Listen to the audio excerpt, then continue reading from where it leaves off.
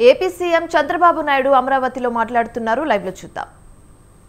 పోలవరాన్ని జాతీయ ప్రాజెక్టుగా అమరావతికి ఆర్థిక సహాయం చేయడానికి ముందుకొచ్చారు. అయితే ఈరోజు మనం చూస్తా ఉంటే రెండు కూడా ఈరోజు రాష్ట్రంలో ఉండే 5 కోట్ల ప్రజలను ఓటే నేను కోరుతున్నా.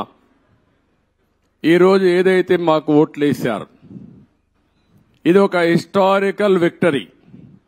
చరిత్రలో నేను 45 సంవత్సరాలుగా చూశాను కానీ ఆంధ్రప్రదేశ్ రాష్ట్రం ఏర్పడిన తర్వాత భారతదేశ చరిత్రలో కూడా ఇంత పెద్ద విక్టరీ ఎప్పుడూ రాలేదు.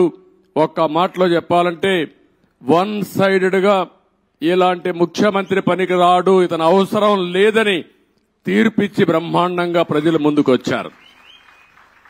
95,000 మెజారిటీ ఒక నియోజకవర్గంలో 11 సీట్లు కూడా రాలా వీళ్లకు. అంటే దీన్ని బట్టి అర్థమవుతుంది ప్రజలు ఎంత వ్యతిరేకంగా ఉన్నారో. దుష్ట పరిపాలన అనడానికి దీనికంటే వేరే తార్కాణం అవసరం లేదు. కానీ మమ్మల్ని గెలిపించారు. అంతటితోనే రాష్ట్రంలో ఉండే ప్రజల యొక్క బాధ్యత అయిపోలేదు. ఆ విషయం నేను గుర్తు చేయదలుచుకున్నాను. అనునిత్యం మీరు ఆలోచించాల్సిన అవసరం ఉంది. రాజకీయాలకు పనికిరాని వ్యక్తి, ముఖ్యమంత్రికి అర్హత లేని వ్యక్తి ఆ పదవి వస్తే ఏం చేస్తాడో 5 సంవత్సరాలు మనం చూశాం. ఈరోజు పోలవరం గాని అమరావతి గాని వ్యక్తిగత సంపద కాదు. ఏ ఒక్క వ్యక్తికో, ఏ ఒక్క వర్గానికో, ఏ ఒక్క ప్రాంతానికో పరిమితమైంది కాదు. కానీ ఇది ఒక సంపద కేంద్రం. ఒక సంపద సృష్టిస్తే అది సమాజానికి పనికొస్తుంది. అదే సమయంలో వ్యక్తులు బాగుపడతారు. ప్రభుత్వానికి ఆదాయం పెరుగుతుంది. ప్రభుత్వ ఆదాయం పెరిగితే సంక్షేమ కార్యక్రమాలు చేసేందుకు అవకాశం ఉంటుంది. అదే మరి ప్రజలందరినీ సాధికార వైపు ముందుకు తీసుకుపోయే అవకాశం ఉంటుంది. రెండోది పోలవరం గాని పూర్తి చేసుంటే అది కూడా గవర్నమెంట్ డబ్బులు, అవి సెంట్రల్ గవర్నమెంట్ డబ్బులు. దాన్ని పూర్తి చేస్తే మనం గాని కొంత నదుల అనుసంధానం చేసుకుంటే రాష్ట్రంలో ప్రతి ఒక్క ఎకరాకు నీళ్లు ఇవ్వగలిగితే రాయలసీమ రాళ్లసీమ కాదు రతనాల సీమగా తయారు చేసే అవకాశం వస్తుంది. హార్టికల్చర్కు ప్రాధాన్యత ఇచ్చే అవకాశాలుంటాయి. మొన్నే పోలవరం పోయొచ్చాను. నా ఆవేదన చెప్పాను. కొన్ని వందల సార్లు వర్చువల్ రివ్యూ చేశాను. ఇంకొక పక్క నేరుగా ఫిజికల్ గా 40, 42, 31 సార్లు వెళ్ళాను. కానీ ఈరోజు పోలవరాన్ని గోదావరిలో కలిపేసే పరిస్థితికి వచ్చారు. ఈరోజు ఏం చేయాలని అర్థం కాని పరిస్థితి. ఏం చేయాలన్న 4-5 సంవత్సరాలు ఖర్చులు కూడా డబుల్ అయిపోయే పరిస్థితికి వచ్చింది. ఒక వ్యక్తి యొక్క మూర్ఖత్వం వల్ల, ఒక పోలవరం వల్ల రాష్ట్రానికి ఒక వరంగా ఉండవలసిన పోలవరం ఈరోజు ఒక శాపంగా మారిపోయే పరిస్థితి వచ్చింది.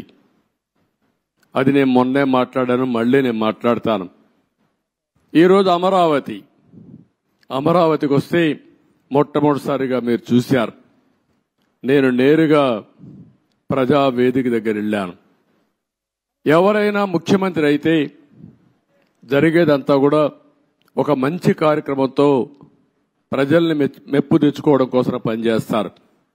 ప్రజావేదిక కూల్చి అక్కడి నుంచి పరిపాలన ప్రారంభించాడు. అక్కడి నుంచి నేను నేరుగా వచ్చాను.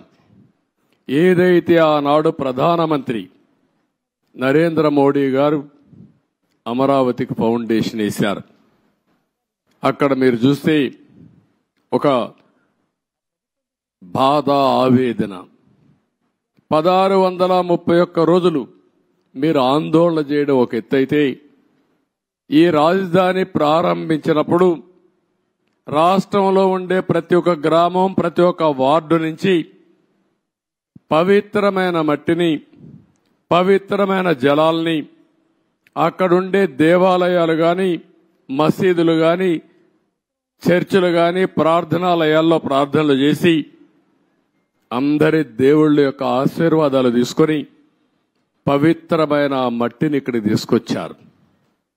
దేశంలో ఉండే అన్ని దేవాలయాలు, ప్రపంచంలో ఉండే అన్ని ప్రార్థనాలయాలు, అన్ని దిక్కల్లా ప్రార్థనలు చేశాం. దేశంలో ఉండే స్వాతంత్ర సమరయోధులు త్యాగమూర్తుల గ్రామం నుంచి కూడా పవిత్రమైన మట్టిని, పవిత్రమైన జలాలు తీసుకొచ్చాం. సాక్షాత్తు ప్రధానమంత్రి గారు పార్లమెంట్ దగ్గర మట్టిని, పార్లమెంట్ సాక్షిగా సంఘీభావాన్ని తెలియజేయడానికి యమునా జలాలు తీసుకొచ్చి వారు కూడా సంఘీభావాన్ని తెలియజేశారు.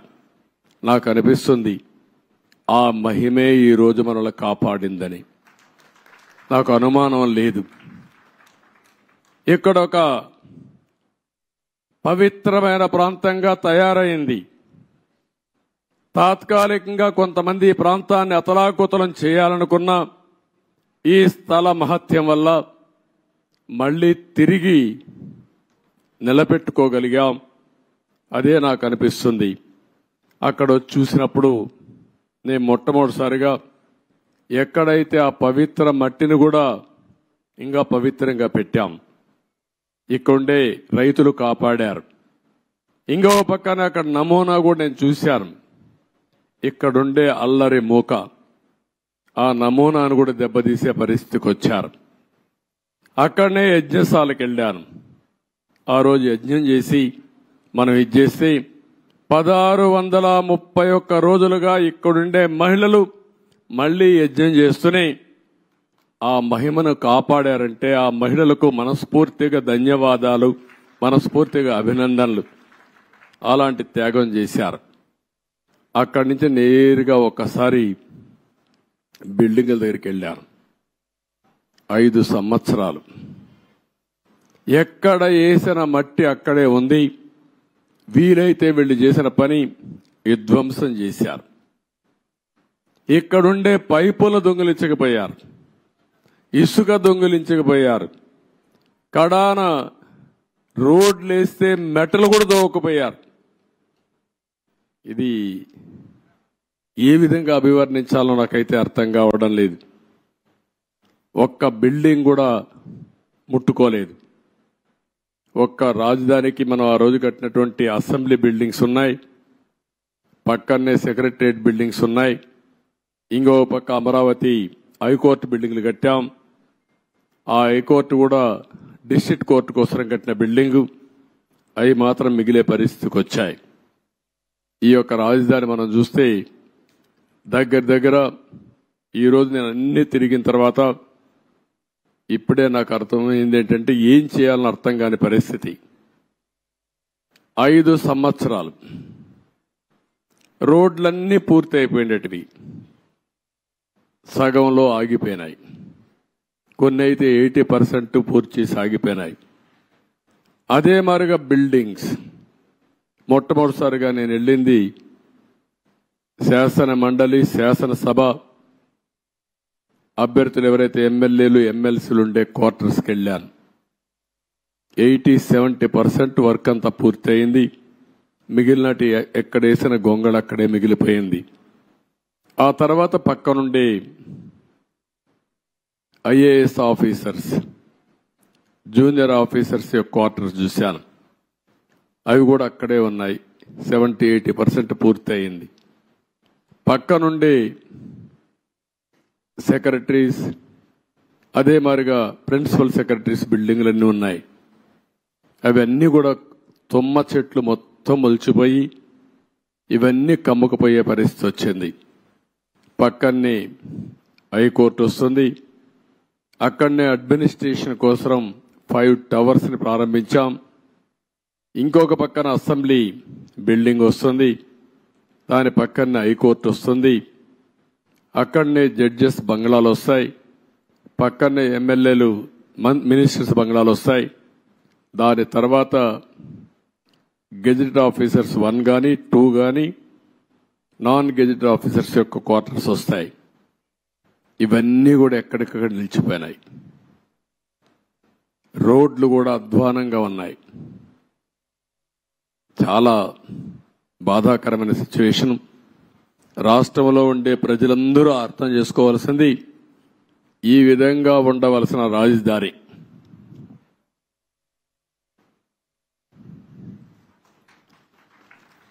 మనం ఆ రోజు ప్లాన్ చేసింది, నేను మళ్ళీ ఒక వైట్ పేపర్ ఒకటి రిలీజ్ చేస్తాం, అందులో డీటెయిల్స్ అన్నీ పెడతాం. ఈరోజు నేను ఫస్ట్ టైం వచ్చింది రాజధానిని చూడడానికి వచ్చాను, ఎక్కడున్నామో అధ్యయనం చేయడానికి వచ్చా. భవిష్యత్తులో ఏం చేయాలనో ఇక్కడ అమరావతిలో ఉండే రైతులే కాకుండా రాష్ట్రంలో ఉండే ప్రతి ఒక్కరూ సజెషన్స్ ఇచ్చే విధంగా ముందుకు పోవాల్సిన అవసరం ఉంది. తొందరలోనే ఒక వైట్ పేపర్ కూడా పబ్లిసైజ్ చేస్తాం. ఒక వైట్ పేపర్ పబ్లిసైజ్ చేసి ప్రజల అందరూ కూడా చర్చించుకోవాల్సిన అవసరం ఉంది. నేను ముందే చెప్పాను, ఇది ఏ ఒక్కరి కోసమో కట్టే రాజధాని కాదు, ఇది ప్రజా రాజధాని, భావితరాల భవిష్యత్తు కోసం రాజధాని, తెలుగు జాతి గర్వంగా తలెత్తుకుని తిరిగే రాజధానిగా ఉండాలి. అదే సమయంలో ఇక్కడ అమరావతి రాజధాని వస్తుందంటే విశాఖపట్నాన్ని ఆర్థిక రాజధానిగా తయారు చేయాలని, కర్నూలుని ఒక మోడర్న్ సిటీగా ఆధునికమైన నగరంగా తయారు చేయాలని, అదే మాదిరిగా అన్ని జిల్లా హెడ్ క్వార్టర్స్ కూడా ఏమేం చేస్తామో చాలా స్పష్టంగా చెప్పాం. దాని ప్రకారమే మీరు చూస్తే 12 ఇన్స్టిట్యూషన్స్ గవర్నమెంట్ ఆఫ్ ఇండియా ఇస్తే కర్నూలులో IIT పెట్టాం, అక్కడనే ఉర్దూ యూనివర్సిటీ పెట్టాం, అనంతపూర్లో సెంట్రల్ యూనివర్సిటీ పెట్టాం, తిరుపతిలో ఐజర్ గాని అదే మాదిరిగా IIT గాని పెట్టాం, ఇంకో పక్క విశాఖపట్నంలో IIM పెట్టాం, తాడేపల్లిగూడెంలో NIIT పెట్టాం, మంగళగిరిలో all India institute of medical science పెట్టాం, ఇంకొక పక్కన ఒంగోలులో IIT పెట్టాం. ఈ విధంగా అన్ని విజయనగరంలో ట్రైబల్ యూనివర్సిటీ పెట్టాం. అన్ని ప్రాంతాల అభివృద్ధి కోసం, సమగ్ర అభివృద్ధి కోసం ఆ రోజే చాలా స్పష్టమైన విధానాన్ని ప్రకటించాం. ఈరోజు మనం చూస్తే ఏది జరిగే పరిస్థితి లేకుండా పోయింది. నేను అందుకనే ఈరోజు డీటెయిల్స్కి పోవడం లేదు, బ్రాడ్గా మీ అందరికీ ఒక ఐడియా ఇస్తున్నాను. డీటెయిల్స్ అన్ని కూడా వైట్ పేపర్లో వస్తాయి. అయితే బాధ ఏంటంటే ఈ రాజధాని పైన బురజల్లే ప్రయత్నం చేశారు, నిత్యం విష ప్రచారం చేశారు, అమరావతిని బ్రాండ్ దెబ్బతీయడానికి ప్రయత్నం చేశారు. శివరామకృష్ణ కమిటీ చాలా స్పష్టంగా సెంట్రల్ ప్లేస్ లో ఎక్కడైనా పెట్టండి అని చెప్పారు. అంటే ఇది 12 పార్లమెంట్లు ఒక పక్క వస్తాయి, ఇంకొక పక్క 12 పార్లమెంట్లు వస్తాయి. గుంటూరు సెంట్రల్లో ఉంటుంది. ఎలిమెంటరీ స్కూల్ చదివే పిల్లవాడిని చెప్పినా ఎక్కడ మీ రాజధాని ఉండాలంటే ఈ ప్రాంతమని మ్యాప్లో చూపించే విధానం ఇది. అందుకే అమరావతిని పెడితే దానిపైన మాట్లాడారు. ఇంకొక పక్కన మీరందరూ చూస్తే చాలా వరకు ఇన్సైడర్ ట్రేడింగ్ అన్నారు. ఇంకొక పక్కన స్విచ్ ఛాలెంజ్ని అవహేళన చేశారు. విషయం చెప్పి సింగపూర్ లాంటి కన్సార్టియంని తరిమేసే పరిస్థితికి వచ్చారు. One of the best Norman faster అనే కన్సల్టెంట్ ని లేకుండా పంపించేసే పరిస్థితికి వచ్చారు. 3 రాజధానులు అన్నారు, 3 ముక్కలాట ఆడారు. కడాన 5 సంవత్సరాల తర్వాత 10 సంవత్సరాల తర్వాత మీ రాజధాని ఏదంటే చెప్పుకోలేని పరిస్థితి, దుస్థితిలో మనం నెట్టేసే పరిస్థితికి వచ్చారు. డబ్బులు ఎక్కడున్నాయన్నారు. ఆ రోజు కూడా ఇక్కడుండే రైతాంగం యొక్క స్ఫూర్తిని మీరు చూస్తే దగ్గర రైతులు ఇచ్చిన భూమే కాకుండా ఇక్కడుండే గవర్నమెంట్ భూములు అన్ని కలుపుకుంటే 55,000 ఎకరాలు సేకరించింది ఆనాటి ప్రభుత్వం. దగ్గర 29,000 మంది రైతులు ఒక్కరు కూడా కోర్టుకు పోకుండా స్వచ్ఛందంగా ముందుకొచ్చి మేము రాజధానికి ఇస్తాం, మాకు ఒక ప్యాకేజ్ ఇమ్మని ముందుకొచ్చారంటే ప్రపంచానికి ఆదర్శం ఇది. ఒక ల్యాండ్ కొనాలంటే, లేకుంటే ఒక చిన్న ఇరిగేషన్ ప్రాజెక్ట్ కట్టాలన్నా, లేకుంటే ఒక మంచి పనికి ఒక దేవాలయం కట్టాలన్నా భూమి ఇవ్వని ఈ రోజుల్లో ఇక్కడుండే రైతాంగం ముందుకొచ్చి స్వచ్ఛందంగా భూమి ఇస్తే దానికి ఎన్ని అపవాదులు వేయాలని అపవాదులు వేశారు. ఇక్కడుండే రైతాంగాన్ని ఎన్ని ఇబ్బందులు పెట్టాలని ఇబ్బందులు పెట్టారు. ఇంకొక పక్కన ఇక్కడుండే కామన్ ఇన్ఫ్రాస్ట్రక్చర్ అంతటికి ఉపయోగించుకుని రోడ్లు కానీ, గవర్నమెంట్ బిల్డింగ్లు కానీ, పబ్లిక్ పర్పసెస్ కానీ అన్నిటికీ ఉపయోగించుకున్న తర్వాత కొంత భూమి మిగులుతుంది. దాన్ని అమ్మితే ఇక్కడ రాజధాని కట్టుకునే అవకాశం వస్తుంది. దానికి కూడా ఎన్ని చేయాలని చేసే పరిస్థితికి వచ్చారు. నేను మొట్టమొదటి నుంచి కూడా చెప్పాను, సెల్ఫ్ ఫైనాన్సింగ్ ప్రాజెక్ట్ అని. ఇక్కడొచ్చే ఆదాయమే ఈ అమరావతి నిర్మాణానికి సరిపోతుంది. ఎప్పటికప్పుడు కన్స్ట్రక్షన్ కానీ, అదే మరిగా ఆర్థిక కార్యక్రమాలు ఇక్కడ జరిగితే దానివల్ల ప్రభుత్వానికి ఆదాయం వస్తుంది. ఆ ఆదాయంతో సంక్షేమ కార్యక్రమాలు పెద్ద ఎత్తున చేసుకునే వెసులుబాటు వస్తుందని కూడా చెప్పాం. ఏది చెప్పినా ఒక దురుద్దేశంతో పెట్టుకుని ఈ రాజధానిని పూర్తిగా నిర్వీర్యం చేశారు, అపహాస్యం చేశారు, విధ్వంసం చేశారని చెప్పి కూడా నేను మీకు తెలియజేస్తున్నా. ఇది ఈరోజు నేను చూసిన బ్రాడ్గా ఉండే విషయాలు. మీడియా మొత్తం బిల్డింగ్స్ అన్ని చూశారు, బూజు పట్టిపోయినాయి, కొన్ని డోర్స్ అన్ని పోయినాయి, కొన్ని అయితే ఎరగొట్టారు, విధ్వంసం చేశారు. ఎన్ని యాంటీ సోషల్ ఎలిమెంట్స్ చేయాలో అన్ని కార్యక్రమాలు. ఒక రైతులు ఎంత కాపాడాలనుకున్నా పోలీసులు ఏకపక్షంగా వీళ్ళ మీదనే కేసులు పెట్టారు.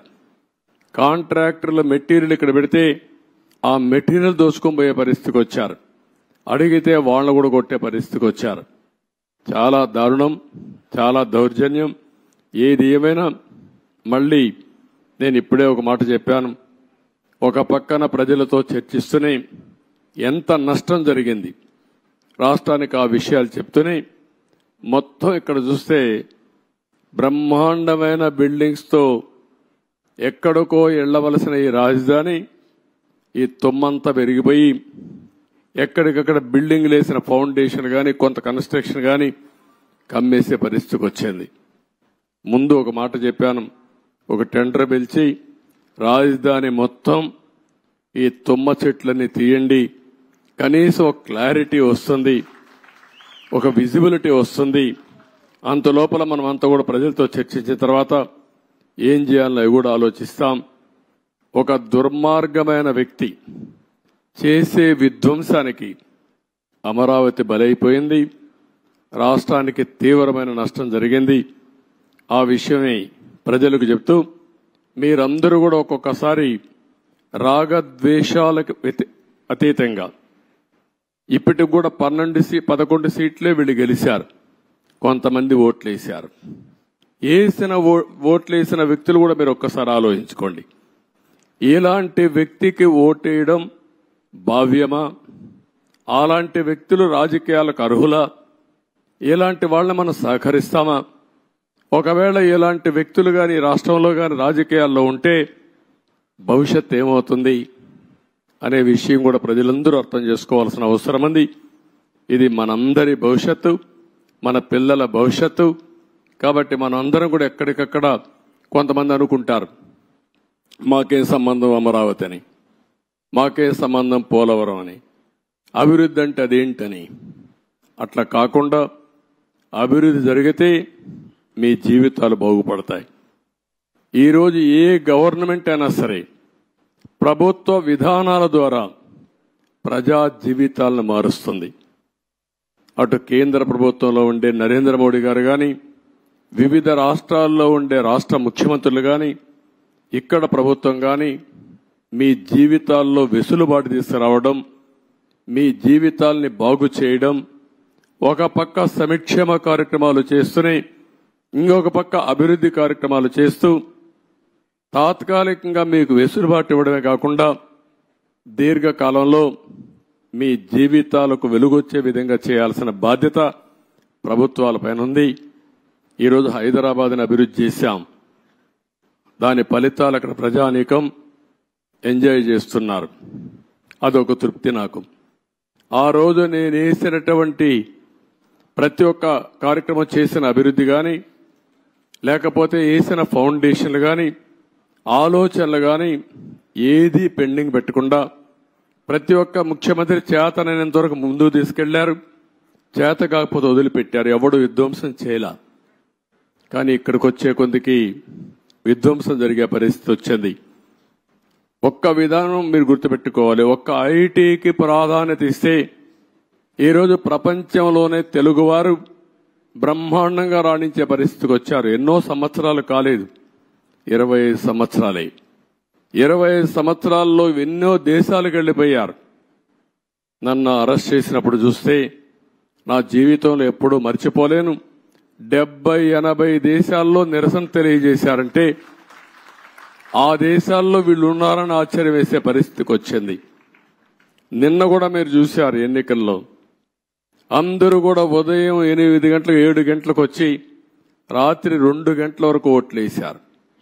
బయట ప్రాంతాల్లో ఉండే చిన్న చిన్న పనులు చేసుకునేవాళ్ళు, ఇంటి పనులు చేసుకునేవాళ్ళు పని వదిలిపెట్టి వాళ్ళు భోజనం ప్యాకెట్ తీసుకొచ్చి నేరుగా ఓటేసి మళ్లీ వెళ్లారు వాళ్ళ ఖర్చులతో.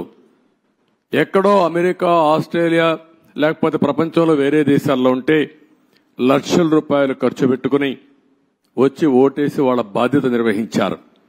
ఈ విషయం ప్రతి ఒక్కరూ గుర్తుపెట్టుకోవాల్సిన అవసరం ఉంది. ఓటేయడం మీ బాధ్యత అనుకోని ఈ 5 ఏళ్లు చేసిన విధ్వంసం చూసిన తర్వాత మళ్లీ మేము భరించలేమనే ఉద్దేశంతో మీరు ముందుకు వచ్చారు. కానీ ఈరోజు నేను ఇక్కడుండే ప్రజానీకాన్ని కోరేది ఒకటే, అనునిత్యం మీరు ఆలోచించాల్సిన అవసరం ఉంది. మాకు కూడా మీరు ఒక స్ఫూర్తిని ఇవ్వాల్సిన అవసరం ఉంది. ఎక్కడికక్కడ గైడెన్స్ ఇస్తా ఉంటే, మాకు కూడా ఆలోచనలు ఇస్తా ఉంటే, మా ఆలోచనలు మీ యొక్క సమస్యలు రెండు కూడా జోడించుకుని మెరుగైన ప్రజా విధానాలకు రూపకల్పన చేస్తాం. దానివల్ల మీ జీవితాల్లో మంచి జరుగుతుంది. ఏ కార్యక్రమం చేసినా ప్రజల కోసం చేస్తాం కాబట్టి ప్రజలు ఇందులో భాగస్వాములు కావాల్సిన అవసరం ఉంది. అందుకే మొన్న పోలవరం పోయినప్పుడు కూడా చాలా స్పష్టంగా చెప్పాను. ఈరోజు అమరావతికి వచ్చినప్పుడు చాలా స్పష్టంగా చెప్తున్నా, అన్ని విషయాలు ఏమాత్రం అరమరకలు లేవు, మొత్తం మేము ముందర పెడతాం. మేము చేసే ప్రతి ఒక్క పని మీ యొక్క భవిష్యత్తు కోసం చేసే పని కాబట్టి మిమ్మల్ని అందరినీ భాగస్వాములు చేయడం మా ప్రధానమైన కర్తవ్యం ప్రజాస్వామ్యంలో. ఇది చేస్తూనే ఎప్పటికప్పుడు నిర్ణయాలు కూడా తీసుకుంటాం. ఎవరైతే తప్పుడు పనులు చేసి కడాన కంకర కూడా దొంగిలించారో అలాంటి వాళ్ళని క్షమించడం కరెక్ట్ కాదు. వీళ్ళకి అలవాటు అయిపోయింది. అవి చేయడంగానే కాకుండా మళ్లీ ఇక్కడ వాళ్ళ ఇష్ట ప్రకారం రౌడీజం చేయడం, అందరినీ బెదిరించడం, అడ్డం వస్తే కొట్టడం, ఇష్టానుసారంగా ప్రవర్తించడం అన్నీ జరిగాయి. అవన్నీ కూడా ఏ మాత్రం కూడా ఎవ్వడి ఆటలు ఎక్కడ జరగనీయం. అవసరమైతే నిర్మోహమాటంగా అణిచివేస్తాం తప్ప ఇష్టానుసారంగా మేమేం చేసినా జరుగుతుంది. రౌడీజం చేస్తాం, రాజకీయాన్ని అడ్డం పెట్టుకుంటామంటే మాత్రం అది జరగనీయకుండా చేస్తారని చెప్పి కూడా మీ అందరికీ హామీ ఇస్తూ మరొక్కసారి అందరికి కూడా ఇక్కడుండే రైతాంగానికి మనస్ఫూర్తిగా నమస్కారాలు. మిగిలిన అన్ని విషయాలు మాట్లాడతాను. మీకు ఏదైనా క్వశ్చన్స్ ఉంటే 1 or 2 media.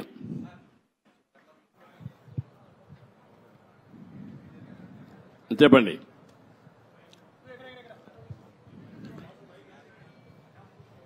Mic. Hello sir, 1 minute. Mike mike ఎవరు ఇక్కడ ఎవరికి ఇచ్చారు?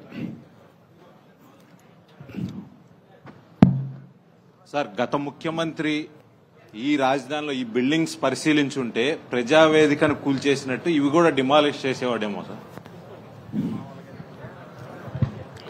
అది దేవుడు కాపాడాడు. ఒక ఉన్మాది బారి నుంచి ఇంకా ఫర్దర్ గా కూల్చేయకుండా దేవుడే కాపాడాడు అమరావతిని.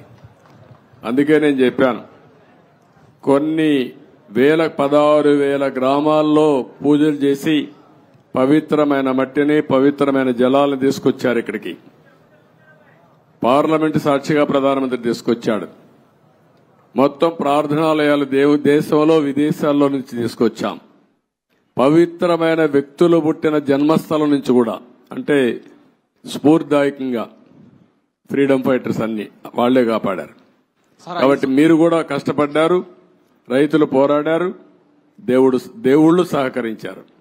సార్ 5 సంవత్సరాల నుంచి ఏదైతే నిర్లక్ష్యానికి వదిలేశారో ఈ దాదాపు 80-90% కంప్లీట్ అయింది. ఎక్కడ కూడా చెక్కు చెదరలా యాజ్ ఇట్ ఈస్ గా ఉంది. అంటే మన నిర్మాణం కానీ అంతా కూడా బాగానే ఉంది. అన్ని పూర్తి చేయడానికి దాని టైం బాండ్ పెట్టుకుంటారా? ఒక 3 years కానీ అలా పెట్టుకుని దానికి మీ సజెషన్ ఏంటి చెప్పండి. మిమ్మల్ని కూడా సజెషన్ సార్, అందరినీ సజెషన్ అడుగుతున్నాం. దాన్ని మీరు ఇచ్చే మంచి సూచనలు తీసుకొని ఆర్డర్ ఆఫ్ ప్రియారిటీ పెట్టి we will prepare action plan. Galla పెట్టి ఖాళీ అయిపోయింది, ట్రెజరీలో ఏమి లేదు, డబ్బులు లేదు, అప్పులు విపరీతంగా చేసేశారు. ఇవన్నీ వ్యూలో పెట్టుకుని ఏం చేయాలో స్టెప్ బై స్టెప్ వర్కౌట్ చేస్తాం. Mike media. Sir, what is going to be fate of Rushikonda Beach Palace? What's going to be? Will it be quoted as a monument of corruption? That's what you want. What is your suggestion? You give me idea. Sir, you are the CM, sir. I am the CM. You are the citizen of. నువ్వు ఒక media responsibility ఉంది నీకు కూడా. నన్ను అడగడమే కాదు, నిన్ను కూడా చెప్పమంటున్నా. ఏం చేస్తే ఇలాంటి వాళ్ళని శాశ్వతంగా సమాజం నుంచి వెలేస్తామో అలాంటివి ఆలోచించాలి. మీరు ఒకటి ఆలోచించండి, ఇక్కడ డబ్బులు లేవు. 500 కోట్ల రూపాయలతో రిషికొండ కొండను కొట్టేసి రిషికొండ అంటే ఏంటి? ఋషులు అక్కడ తపస్సులు చేసిన ప్రాంతం అది. అలాంటి కొండని ఎప్పటి నుంచి కూడా మనం చూసి ఇప్పుడైతే ఆధునికమైన పనిముట్లు ఇవన్నీ వచ్చాయి, కానీ ఒకప్పుడు విశాఖపట్నానికి వచ్చామంటే ఈ ఓడలు కానీ ఇవన్నీ ఋషికొండను చూసి గుర్తుపట్టి విశాఖపట్నం వచ్చామనే పరిస్థితి ఉండేది. అలాంటి పవిత్రమైన కొండని ఎన్విరాన్మెంట్లకి విఘాతం కలిగించే విధంగా కొట్టేశారంటే మనం గుర్తుపెట్టుకోవాలి. దాని కూడా అన్ని తప్పు ఇచ్చారు. అవన్నీ మళ్ళీ నేను మాట్లాడతాం. Sir, what about Prajavedika? You have visited Prajavedika and saw the debris there. Are you going to remove the debris and reconstruct the Prajavedika same place, or are you going to make it as a museum? ఏం చేయాలి నువ్వు చెప్పు. నువ్వు నిన్ను అడిగితే మీరంతా ఏంటంటే నన్ను క్వశ్చన్స్ అడుగుతున్నారు, నేను మిమ్మల్ని క్వశ్చన్స్ అడుగుతున్నా. ఇప్పుడు మీరు ఆన్సర్ చేయండి. నాకు ఏం చేస్తే బాగుంటుంది. ఇప్పుడు మా మిత్రుడు ఇచ్చాడు శ్రీనివాస్ ఒక మాట. అమరావతి ఉద్యమం 1631 రోజులు. 1 + 6 + 3 + 1 11 అన్ని అంకులు కలిపితే జగన్కు వచ్చిన సీట్లు 11. అంటే 2 సరిపోయినాయి. ఇదే దేవుడు రాసిన స్క్రిప్టు, ఇది దేవుడి స్క్రిప్టు. అక్కడికి చాలలేదు. ఈ 11 ఇవ్వడం కూడా కరెక్టా లేదా చర్చ జరగాల్సిన అవసరం ఉంది. అందుకే నేను మిమ్మల్ని అందరినీ కోరుతున్నా. కొన్ని ఇక్కడ మాకు కూడా కొంతమంది ఇబ్బందులు వచ్చాయి. సరైన క్యాండిడేట్ నిలబడలేకపోయారు. నిలబడింది ఇక్కడ ప్రజలు ఎక్కడికక్కడ ముందుకు వచ్చి ఓట్లేశారు. కొన్ని సమస్యలు ఉన్నాయి. కానీ ఏదేమైనా ఇలాంటి వ్యక్తులు రాజకీయాలకు అర్హత ఉందా? ఇది చర్చ జరగాల్సిన అవసరం ఉంది రాష్ట్రంలో. Sir, people are confident that you can complete entire Amravati construction, complete the buildings and everything. That's why they gave good verdict. They gave good verdict. Majority of the seats, 161 seats like that. Majority ఇస్తే అయిపోయింది వాడి పని. మీ పని అయిపోయిందా? Yes, sir. We are confident that you can build. No, you are confident. ఎట్లా build చేయాలో కూడా ఆలోచనలు ఇవ్వండి అందరూ కూడా. సార్ ఇప్పటికీ రాజధాని నిర్మాణానికి అమరావతిని నిర్మించలేదు. ఈ రోజు మీరు మొత్తం విజిట్ చేశారు కదా సార్, అప్రాక్సిమేట్లీ దీని నిర్మాణానికి ఎంత ఖర్చు అవుతుంది, మీరు ఎన్ని రోజుల్లో చేస్తారు? ఇప్పుడు నిన్ను అడగాలి నేను క్వశ్చన్. నేను నియమిస్తే నువ్వు ఎట్టగడతావు చెప్పని అడగాలి నేను ఇప్పుడు. కాబట్టి క్వశ్చన్ అడగడం చాలా ఈజీ, కానీ ఆలోచించి చెప్పడం చాలా కష్టం. నేను ఇంతవరకు ఎంత డబ్బులుంది ఖజానాలో తెలియదు. నిన్నే నేను చూసా. ఆఫ్ బారోయింగ్, ఆన్ బారోయింగ్ 2 ఉన్నాయి. కొన్ని లెక్కలు చూపించి బారో చేశారు, కొన్ని లెక్కలు చూపించకుండా బారో చేశారు. మద్యం కూడా రాబోయే రోజుల్లో వచ్చే ఆదాయాన్ని తాకట్టు పెట్టి బారో చేశారు. అది కూడా ఎంత బారో చేశారు ఇంకా ఎతకాలి. ఇవన్నీ ఒక్కొక్క ఎక్కడెక్కడ ఉన్నాయో మనకే తెలియదు. ఇప్పుడు మనం చూసాం, ఆఫీసర్లు మొన్నటి వరకు అడ్డదుడ్డంగా సంతకాలు పెట్టినోళ్ళు ఎక్కడున్నారు, అడ్రస్ లేరు. ఇప్పుడు చాలా సమస్యలు ఉన్నాయి. బట్ ప్రజలు ఇచ్చినటువంటి మ్యాండేట్ చాలా స్పష్టంగా ఇచ్చారు. చాలా మంది నన్ను అడిగారు ఒక మాట, ఇలాంటి క్లిష్టమైన పరిస్థితుల్లో మీరు ఏం చేయగలుగుతారని అడిగారు. ఎలక్షన్ల ముందు కూడా నేను ఒకటే చెప్పాను, ఏం చేస్తారని మీరు అడుగుతున్నారు. నేను పారిపోవడానికి సిద్ధంగా లేను, ఫేస్ చేస్తా. తప్పకుండా మళ్లీ రాష్ట్రాన్ని పూర్వ వైభవం తేవడం కోసం పునర్నిర్మాణం వైపు ముందుకు పోతానని చెప్పా. అందుకే నేను అధ్యయనం చేస్తున్నా మీ అందరి ద్వారా. చేసిన తర్వాత అమరావతి కూడా ఏం చేయాలో నిర్దిష్టంగా చెప్తాను, ముందుకెళ్తాం. రాజధాని ప్రాంతంలో భూములు ఏమైనా తాకట్టు పెట్టారా సార్? రాజధాని ప్రాంతంలో భూములు కూడా ఏమైనా తాకట్టు పెట్టారా? చూడాలి, రికార్డ్స్ అని చూడాలి. సచివాలయం అయితే సచివాలయాలు పెట్టారు, ఇక్కడ సచివాలయం కూడా పెట్టారనుకుంటాను. చూడాలి, ఆ రికార్డు చూడాలి. సార్ ఓకే సార్, నమస్తే సార్. నా పేరు వేణు. నేను రాజధాని రిపోర్టర్ని సార్. ఒక 12 సంవత్సరాల నుంచి ఇది రాజధాని కాకముందు నుంచి ఇక్కడ ఉన్నాను. మీరు అమరావతిని చరిత్రగా నిలబెడదామని ఎలా ఉన్నారు, ఈ చరిత్రలో జరిగే కొన్ని కార్యక్రమాలను కూడా అలాగే దిష్టిబొమ్మలాగా అలా ఉంచి మంచిని చెడును చూపించే మా రాబోయే తరాలకు కూడా అలాంటి చూపించే విధంగా ఉంటే ప్రజావేదిక బాగుంటుందని నా ఉద్దేశం సార్. ప్రజావేదిక అట్నే పెట్టాలంటావు? అంతే సార్. ఓకే, నువ్వు ఒక మంచి సజెషన్ ఇచ్చావు. ఎందుకంటే ఇది జపాన్ లో కూడా ఏం చేశారంటే, ఏవేవి హీరోషిమా ఒకటి, నాగసాకి అనుకోండి, నాగసాకి 2 సెకండ్ వరల్డ్ వార్లో మొత్తం బాంబులేసి మొత్తం డివాస్టేషన్ జరిగితే కొన్ని డికేడ్స్ అక్కడ పుట్టిన వాళ్ళు కుంటిగా గుడ్డిగా పుట్టారు. పంటలు కూడా రాలేదు, భూములు కూడా ఇది అయిపోయినాయి. అవన్నీ గుర్తుగా 2 ప్రాంతాలను ఇప్పుడు కూడా అట్లనే పెట్టారు.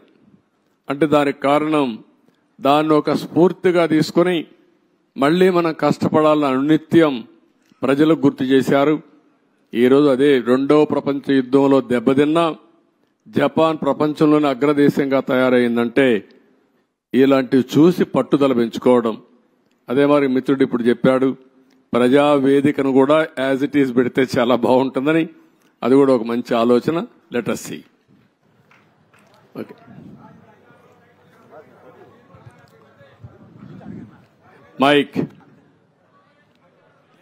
మైక్ ఒకసారి ఆయనకు. హలో సేకరణ చేసిన తర్వాత కూడా సీడ్ యాక్సెస్ రోడ్డు మీద అర్ధరేతులు ఇసుక అక్రమ రవాణా జరుగుతుంది సార్. దాని మీద అంటే నేరాలు అలవాటైన వాళ్ళకి ఇంకా కూడా మారలేకపోతున్నారు.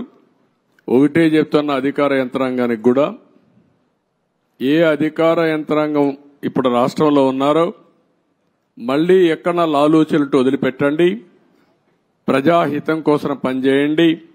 ఒకవేళ రేపటి నుంచి ఎక్కడైనా కానీ మీరు చెప్పింది కానీ జరిగితే తప్పకుండా అధికారుల పైన కూడా యాక్షన్ కఠిన చర్యలు ఉంటాయి. డెఫినెట్ గా తీసుకుంటా, వదిలిపెట్టను. మీరు కూడా ప్రజల్లో